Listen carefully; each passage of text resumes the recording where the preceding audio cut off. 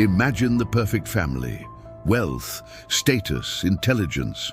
But behind the doors of a mansion in São Paulo, a dark secret was about to explode, revealing one of the coldest criminal minds in Brazilian history. What would lead a daughter to plan the brutal murder of her own parents? In 2002, the von Richthofen family was the epitome of success. Manfred, a renowned engineer at Dersa, and Marísia, a respected psychiatrist, lived in a luxurious mansion in Brooklyn, São Paulo, with their two children, Suzane, then 18, and Andreas, 15. A life of privilege, top-notch education, and a promising future.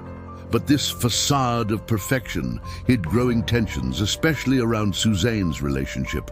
Suzane, an intelligent and seemingly docile young woman, began dating Daniel Cravinhos, a young man from a humble background with a lifestyle that deeply displeased her parents. Manfred and Marísia saw Daniel as a bad influence, an obstacle to the bright future they envisioned for their daughter. The prohibition of the relationship generated intense conflict, transforming filial love into resentment and eventually into deadly hatred. Suzane found herself torn between loyalty to her family and passion for Daniel, a passion that would lead her down a path of no return. Suzane and Daniel's resentment, fueled by parental disapproval and the ambition to inherit the family fortune, culminated in a diabolical plan. With the help of Cristian Cravinhos, Daniel's brother, they orchestrated a crime that would shock the country. The idea was to simulate a robbery-homicide, robbery followed by death, to divert suspicion. The details were meticulously planned, the date, the method of execution, and how to cover their tracks. The coldness with which Suzane participated in the elaboration of this plan revealed a dark and calculating facet of her personality. In the early hours of October 31, 2002, a date that would be etched in Brazilian criminal history, the plan was executed. Suzane opened the mansion doors for Daniel and Cristian. While Manfred and Marísia slept, the Cravinhos brothers brutally attacked them with hammer blows. After the murder, they ransacked the house to simulate a robbery, and Suzane, with chilling composure, went with Daniel to a motel and then picked up her brother Andreas from an internet cafe, returning to the crime scene to discover the bodies and call the police. Suzane's calm demeanor and actions in these initial moments were crucial to the deception. The police initially believed the robbery-homicide version. However, small details began to raise suspicions. The way the house was ransacked, the selectivity of the stolen items, and most importantly, Suzane's strange coldness during interrogations.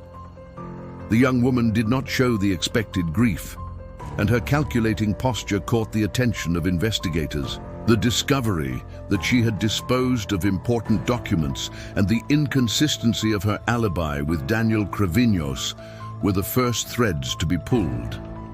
Under the pressure of the investigation, Daniel Cravinhos broke down and confessed to the crime, implicating Suzane and his brother.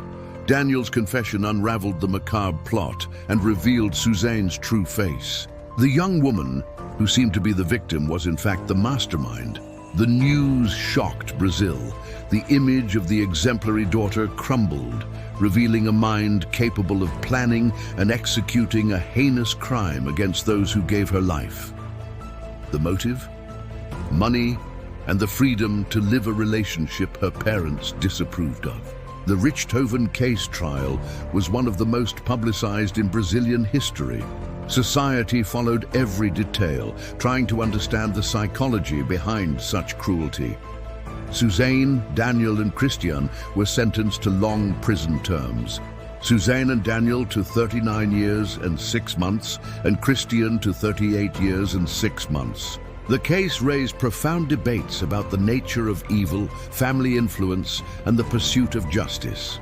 The inheritance, which motivated the crime, became the subject of legal disputes. And Andreas, the younger brother, had his life irremediably marked by the tragedy. The Richthofen case remains a landmark in Brazilian criminology, a somber reminder that evil can hide in the most unexpected places.